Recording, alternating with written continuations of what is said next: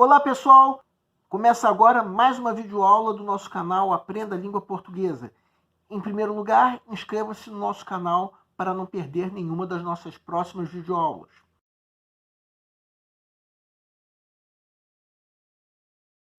E nessa aula nós vamos retomar o assunto de gêneros textuais. Vamos supor que você chegue em casa sem saber quem te ligou, mas alguém, a tua mãe por exemplo, providenciou para te informar sobre esse fato. Para te dar essa informação, que tipo de gênero textual a tua mãe usou?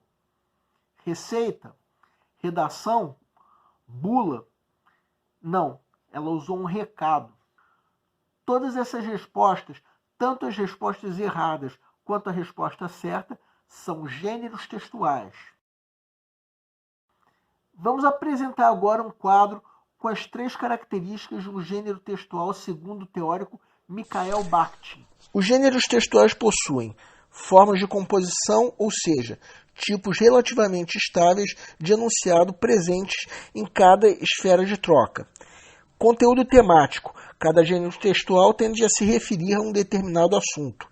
Estilo, ligado à maneira como os enunciados são distribuídos ao longo do texto. Esse quadro que apresentamos foi para você ter uma ideia do que nós esperamos de um determinado gênero textual. Num recado, por exemplo, nós esperamos uma breve narrativa do fato ocorrido. E esse fato é o conteúdo temático do recado, seguido pela informação a ser dada e pelo número de telefone de quem te ligou. Já numa notícia de jornal, por exemplo, que é outro gênero textual, o que esperamos é que o título da notícia dê um resumo do fato ocorrido, muitas vezes acompanhado de um lead, que é um resumo um pouco mais ampliado, e logo em seguida o corpo do texto, que aí faz a narrativa completa do fato. Dependendo do gênero textual, e tudo isso pode ter algumas variações. Não se trata de uma estrutura rígida. Nós vamos agora comentar uma questão do Enem, em que a identificação do gênero textual é primordial para que nós saquemos o gabarito da questão. E é uma questão que, na própria pré-leitura, já deve ser considerada fácil. Isso porque só nessa pré-leitura nós já sacamos o gênero textual. E depois de nós sacarmos, das 5 alternativas nós eliminamos 3. Depois, numa leitura mais cuidadosa, aí sim nós sacamos o gabarito de vez. Segue um quadro. Enem 2010. Câncer, 21 de junho a 21 de julho. O eclipse de seu signo vai desencadear mudanças na tua autoestima e no seu modo de agir. O corpo indicará onde você falha. Se anda engolindo sapos, a área gástrica se ressentirá. Esse novo ciclo exige uma desintoxicação, seja com medida em suas ações, já que precisará de energia para se recompor. A preocupação com a família e a comunicação entre os irmãos trava. Lembre-se, palavra preciosa é palavra dita na hora certa. Isso ajuda também na vida amorosa que será testada. Melhor conter as expectativas e ter calma, aliviando as próprias carências de modo maduro. Sentirá a vontade de intimidade com os assuntos da alma. O reconhecimento dos diferentes gêneros textuais, seu contexto de uso, sua função social específica, seu objetivo comunicativo e seu formato mais comum relacionam-se aos conhecimentos construídos socioculturalmente. A análise dos elementos constitutivos desse texto demonstra que sua função é: A. Vender um produto anunciado. B. Informar sobre astronomia. C. Ensinar os cuidados com a saúde. D. Expor a opinião dos leitores em um jornal. E. Aconselhar sobre amor, família, saúde e trabalho. Peço para que deem uma pausa antes de ser dado o gabarito. O gabarito é a letra E.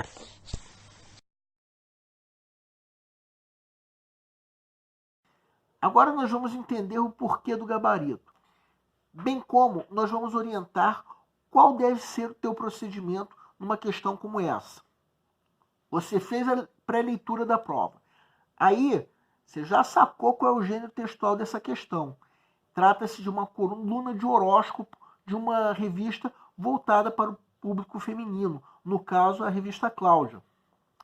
Depois, quando você for ler o texto com um pouco mais de atenção, você percebe que é isso mesmo que está na alternativa E que o texto fala.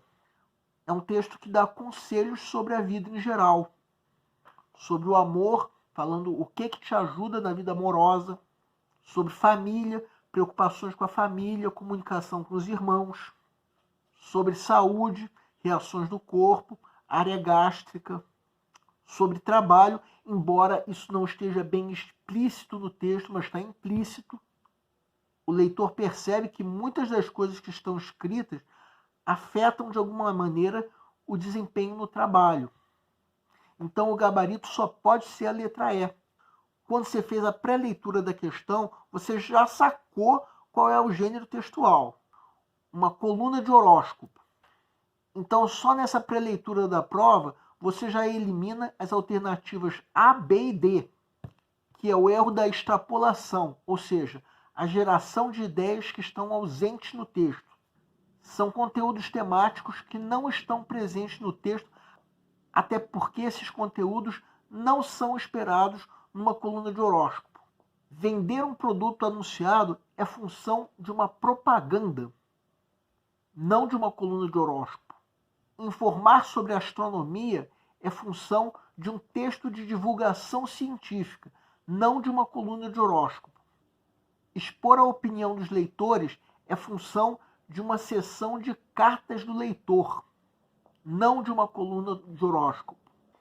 Então, todas essas alternativas claramente são extrapolações. Então, depois da pré-leitura, estourando, você vai ficar na dúvida entre as letras C e E. Nunca deixe de ler o texto de uma questão, por mais fácil que ela seja ou pareça, porque senão também você pode cair numa armadilha. Depois de uma leitura cuidadosa, fica fácil sacar o gabarito, porque graças a tudo aquilo que nós já comentamos. Afinal de contas, a alternativa C comete o erro da redução, que é o erro oposto à extrapolação, quando a alternativa limita a resposta da pergunta do enunciado a um único aspecto, quando na verdade a resposta é mais abrangente.